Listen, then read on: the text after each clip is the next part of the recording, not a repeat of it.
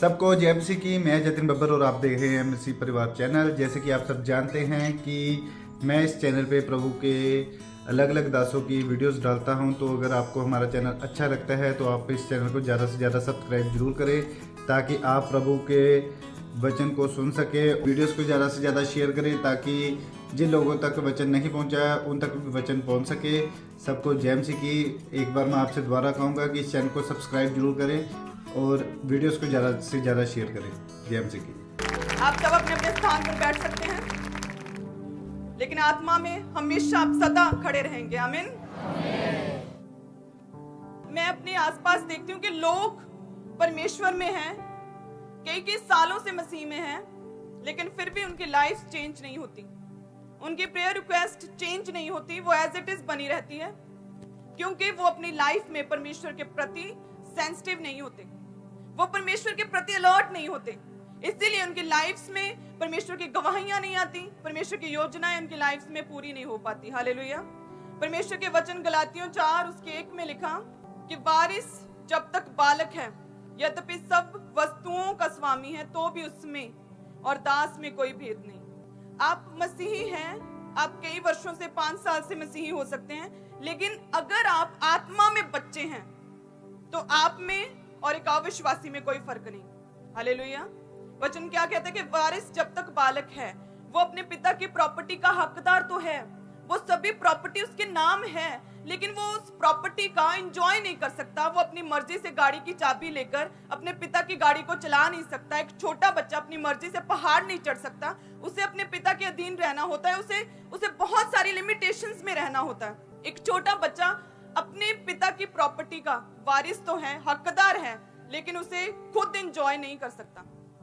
वही हालत आज के मसीही की है कि वो आत्मा में अभी बच्चे हैं और परमेश्वर के वायदे तो उनके लिए हैं, विश्वासियों के लिए हैं परमेश्वर के वायदे कि उसके कोड़े खाने से हम चंगे हो चुके हैं, कि मैं तेरा इलाज करके तेरे घावों को चंगा करूंगा। यहोवा की ये वाणी है। लेकिन आज भी मसीही रोगों से ग्रसित है, आज भी लोग बीमारियों में हैं। एक मसीही आज भी बीमारियों में है। वो क्यों? क्योंकि वो आत्मा में अभी बच्चे हैं। परमेश्वर ने कहा कि जो व्यक्ति मेरे पास आएगा उसकी लाइफ से मैं सभी रोग दूर करूंगा, निर्भय करूंगा उसे। लेकिन इंस्ट्रक्शन क्या कि जो मेरे पास आएगा, जो आत्मा में ऊंचा उठेगा, उसकी लाइफ से परमेश्वर ने कहा कि मैं हर डर दूर करूंगा, उसे दुष्ट आत्माओं के अटैक से छुटकारा दूंगा, मैं उसे बचाकर रखूंगा, रोगों से उसे बचाकर रखूंगा। परमेश्वर ने कहा उसे मैं ब्लेस करूंगा। लेकिन आत्मा में जब तक बच्चा है, वो वायदे परमेश्वर के उसकी लाइफ में पूरे नहीं हो सकते। परमेश्वर के वायदे तो हर एक जन के लिए हैं। परमेश्वर के वायदे कि मैं तुझे ब्लेस करूंगा, मैं तेरे बिजनेस को ब्लेस करूंगा, उसके कोड़े खाने से हम चंगे हो चुके हैं। जो आंसू बहाते हुए, बोते हुए, जय जयकार करते हुए लबने पाएंगे। लेकिन फिर भी अगर हम गरीबी के श्रापों को तोड़ने के लिए सिर्फ प्रार्थना करी जाए और परमेश्वर के वचन को पूरा नहीं करते, तो हम उस बच्चे की तरह हैं जो वायदे तो परमेश्वर के हमारे लिए हैं, लेकिन वो पूरे नहीं हो सकते। हालेलुया। तो उन वायदों को जो परमेश्वर ने हमारे लिए दिए हैं, उन वायदों को पूरा करने के लिए हमें आत्मा में ऊंचा उठना होगा। आमीन। हमें आत्मा में बढ़ना होगा, हमें आत्मा में अलर्ट रहना होगा, हमें आत्मा में सेंसिटिव होना पड़ेगा, क्योंकि जब हम आत्मा में ऊंचे उठेंगे तब शारीरिक रूप से परमेश्वर हमें ब्लेस करेगा, चारों दिशाओं से हमें परमेश्वर ब्लेस करेगा। क्योंकि सिर्फ मुंह से ग्रीटिंग्स देने से कि जय मसीह की, पहले आप जब परमेश्वर में नहीं थे तो पहले कुछ और बोलते थे, अब जय मसीह की बोल रहे हो। पहले कुछ और प्रार्थना करते थे और लास्ट में कुछ और बोलते थे, अब प्रार्थना के बाद आप आमीन बोल रहे हो। सिर्फ यही फर्क आप में है। लेकिन जो विश्वासी रोज प्रार्थना भी करता है, आमीन भी बोलता है, ग्रीटिंग्स में जय मसीह की भी बोलता है, रोज प्रार्थना में बैठता है, अपना क्वालिटी टाइम परमेश्वर के वचन को मेडिटेट करने में देता है, अपने व्हाट्सएप फोन चेक करने के लिए नहीं, फिल्में या टीवी देखने के लिए नहीं, बल्कि अपना क्वालिटी टाइम परमेश्वर के वचन को पढ़ने के लिए देता है, जो परमेश्वर के घर में आना प्रथम रखता है, जो पवित्रताई में रहता है, जो इधर उधर नहीं देखता, उसका ध्यान सिर्फ परमेश्वर की ओर रहता है, वो आत्मा में बढ़ते हैं। हालेलुया। वो आत्मा में ऊंचे उठते हैं, और जो आत्मा में ऊंचे उठते हैं, परमेश्वर के सभी वायदे उनकी लाइफ में पूरे होते हैं। हालेलुया। आमीन। परमेश्वर के सभी वायदे उनकी लाइफ में पूरे होते हैं, क्योंकि संसारिक रीति से भी ये कॉमन सेंस है कि जब हमें छींक आए तो अपने मुंह पर हाथ रख लो, जब आपको जुकाम लगाओ तो रुमाल पास रखो। तो संसारिक रीति से ये कॉमन सेंस है। और जो व्यक्ति इन कॉमन सेंस को, इन बातों को ध्यान में रखता है, लोग उन्हें ज्यादा प्रेफरेंस देते हैं, लोग उन्हें पसंद करते हैं कि यहाँ ये सेंस रखता है। तो उसी तरह से आत्मिक रीति से भी जो ऊंचे उठते हैं, जो परमेश्वर के वचन के अनुसार अपनी लाइफ जीते हैं, परमेश्वर उनसे ज्यादा अधिक प्रसन्न रहता है। आमीन। तो इसलिए आज से आत्मिक रीति से आपको ऊंचा उठना है। आमीन। क्योंकि सभी वायदे आपकी लाइफ में पूरे होंगे जब आप आत्मिक रीति से ऊंचे उठेंगे, जब आत्मा में आप अलर्ट होंगे, जब आत्मा में आप सेंसिटिव होंगे, तो परमेश्वर के सभी वायदे आपकी लाइफ में पूरे होंगे। आमीन। जिस तरह से अपने केस को लेकर जब मुकदमे के लिए जाते हैं कोर्ट में, तो संविधान के अनुसार हमारा मुकदमा लड़ा जाता है। हम अपनी भावनाओं, फीलिंग्स के साथ अपने मुकदमे को नहीं लड़ सकते। उसी तरह से परमेश्वरीय संविधान, हमारा वचन, पवित्र बाइबल परमेश्वर का वचन है। जब हम वचन के अनुसार परमेश्वर के सम्मुख, परमेश्वरीय अदालत, परमेश्वर के घर में बैठेंगे और अपनी प्रार्थनाओं का, अपने केस, जो अपनी प्रार्थनाएं हैं, परमेश्वर के संविधान यानी कि परमेश्वर के वचन के बीच से परमेश्वर के आगे रखेंगे, तो परमेश्वर आपकी सुनेगा। हालेलुया। परमेश्वर आपकी ओर ध्यान देगा। सिर्फ रोने से कि परमेश्वर मेरा ब्लेस हो जाए बिजनेस, कि मैं रो रहा हूं, मैं बहुत दुखी हूं, मैंने अपने बच्चे की फीस देनी है, मैंने 4 बिजनेस ट्राई कर लिए, परमेश्वर मुझे ब्लेस कर, रोने से कुछ नहीं होगा। जब आप परमेश्वर के वचन से हवाला देंगे कि परमेश्वर, आपके वचन में लिखा है कि जो आंसू बहाते हुए बोते हैं वे जय जयकार करते हुए लवने पाएंगे, तो मैंने अपने दुखों में बोया है परमेश्वर। तेरा वचन कहता है कि जो दुखों में बोएंगे वो एक दिन जय जयकार करते हुए काटेंगे, एक दिन जय जयकार करते हुए आनंद बनाएंगे। ये परमेश्वर तेरा वचन कहता है। हालेलुया। जब आप वचन के बीच से परमेश्वर के पास जाएंगे तो आप ब्लेस होंगे। हालेलुया। तो इसीलिए परमेश्वर के पास जाना, अपने वायदों को, जो परमेश्वर ने आपके लिए वायदे रखे हैं, वो आपकी लाइफ में पूरे हों, इसलिए आपको आत्मा में ऊंचा उठना होगा। और आत्मा में ऊंचा उठने के लिए आपको सबसे पहले प्रार्थना में जाना होगा। आमीन।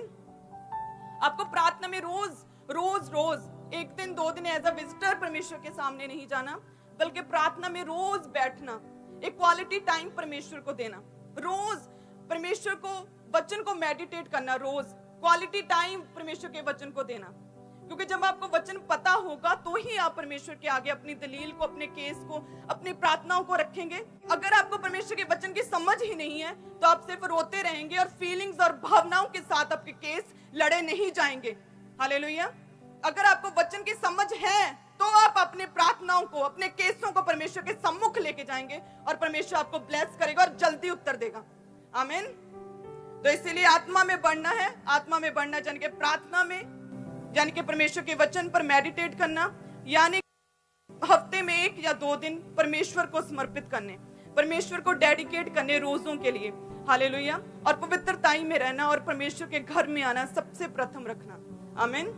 ताकि आप ब्लेस हो सकें, ताकि आप आशीषित हो सकें, ताकि परमेश्वर के वायदे जो सभी लोगों के लिए हैं, जो आत्मा में बढ़ेंगे, उनकी लाइफ में वो वायदे पूरे हो सके। आमीन। मेरी लाइफ में परमेश्वर का वायदा पूरा हुआ क्योंकि मैंने अपनी लाइफ में परमेश्वर को प्रथम स्थान दिया। आत्मा में बढ़ी। मैं प्रार्थना में रोज बैठती थी, परमेश्वर के वचन पर मेडिटेट किया, परमेश्वर के घर में आना हमेशा प्रथम रखा। चाहे जेन्युइन एक्सक्यूज होते थे कि किराया नहीं है या फिर मेरा एग्जाम है, लेकिन परमेश्वर के वचन को पूरा किया हमेशा। हालेलुया। अपना ध्यान इधर उधर नहीं, बल्कि परमेश्वर के वचन के ऊपर लगाया, पवित्रताई में रही। इसीलिए मैं आज यहाँ पर हूँ। हालेलुया।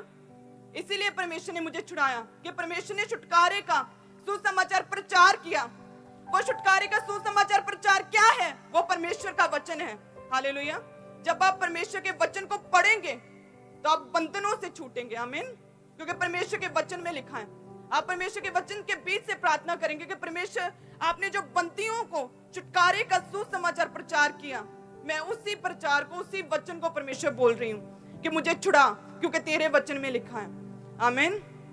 तो आप ब्लेस होंगे क्योंकि आप परमेश्वर के दास को देखते हैं कि किस तरह से ये सेवकाई इतनी ऊंचे स्तर पर जा रही, इतनी तेजी से बढ़ रही है, कितनी ब्लेस है। वो सिर्फ इसीलिए क्योंकि शुरू से, वेरी फर्स्ट डे से परमेश्वर के दास ने अपनी आत्मा में हमेशा अपने आप को ऊंचा उठाया है।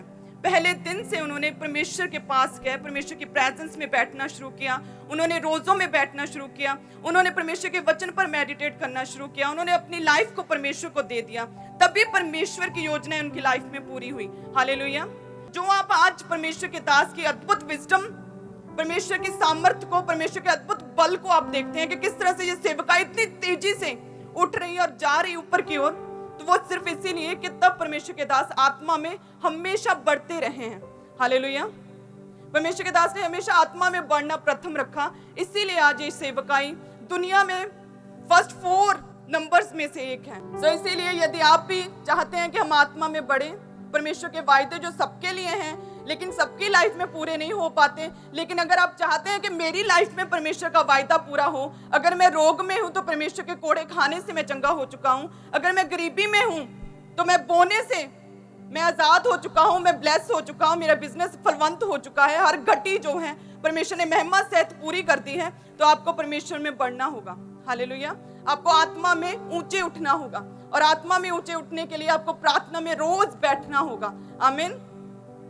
अगर हम सोचे कि एक दुखी अगर कोई यहाँ पर बैठा हो तो मैं कैसे आत्मा में बढ़ूं, मैं इतना दुखी हूं, इतना परेशान हूं, तो मैं आपको बताना चाहती हूँ कि नूह, जब नूह के विषय में हम पढ़ते हैं कि नूह एक धर्मी पुरुष था, अपने समय के लोगों में खरा था, और नूह परमेश्वर ही के साथ साथ चलता था। हालेलुया। वो एक खरा व्यक्ति था, परमेश्वर के साथ साथ चलने वाला व्यक्ति था, लेकिन उस समय के सभी प्राणियों के जो चाल चलन था वो पूरी तरह से बिगड़ चुका था, वो परमेश्वर से दूर हो चुके थे, लेकिन सिर्फ एक नूह था जो परमेश्वर के साथ साथ चलता था, जो आत्मा में बिल्कुल परमेश्वर के साथ एक मन था, जो आत्मा में अलर्ट था। इसीलिए उसने परमेश्वर की योजना को सुना, परमेश्वर के असाइनमेंट को सुना कि परमेश्वर क्या चाहता है। जब परमेश्वर ने कहा कि एक जहाज बना, तो उसने वो जहाज बनाना शुरू किया। हालेलुया। जब वो परमेश्वर की दी हुई असाइनमेंट को पूरा कर रहा होगा, तो लोग, बाकी लोग जो चाल चलन जिनका बिगड़ा हुआ था, जो अपवित्रताई में थे, परमेश्वर से दूर थे, वो नूह को देखकर ठट्ठों में उड़ा रहे होंगे कि ये क्या कर रहा है, ये पागल हो गया है, इसने सेंस खो दी, ये नॉन सेंसिटिव हो चुका है, ये क्या जहाज बना रहा है अपना काम धंधा छोड़ के। और वो लोग उस समय परमेश्वर से दूर अपवित्रताई में, वो गलत कामों में होंगे, लेकिन नूह क्योंकि आत्मा में ऊंचा उठा हुआ था, क्योंकि आत्मा में एक मन था, क्योंकि परमेश्वर को अपनी लाइफ में प्रथम रखा था, परमेश्वर के साथ साथ चलने वाला व्यक्ति था। बाइबल में लिखा कि उसने अपने असाइनमेंट को पूरा किया, उसने वो जहाज बनाया, और परमेश्वर ने कहा कि मेरे सामने सभी प्राणियों को खत्म करने का प्रश्न आ चुका है, लेकिन नूह जो एक खरे मन के साथ, एक आत्मा में अलर्ट है, जो परमेश्वर के साथ साथ चलता है, मैं उससे और उसके घराने को बचाऊंगा। हालेलुया। और परमेश्वर ने नूह के साथ साथ उसके पूरे घराने को बचाया। क्यों? क्योंकि परमेश्वर के वचन 6 उत्पत्ति में हम जब 9 को पढ़ते हैं कि नूह परमेश्वर के साथ साथ चलने वाला व्यक्ति था, क्योंकि वो आत्मा में ऊंचा था, वो आत्मा में अलर्ट था, वो परमेश्वर के साथ एक मन था। इसलिए ना केवल नूह बचाया गया, बल्कि उसका पूरा घराना ब्लेस हुआ, पूरा घराना बचाया गया। हालेलुया। वो योग्य करार दिया गया, और बाकी सभी अयोग्य ठहरे, और सभी प्राणी खत्म हुए, और नूह बचा केवल।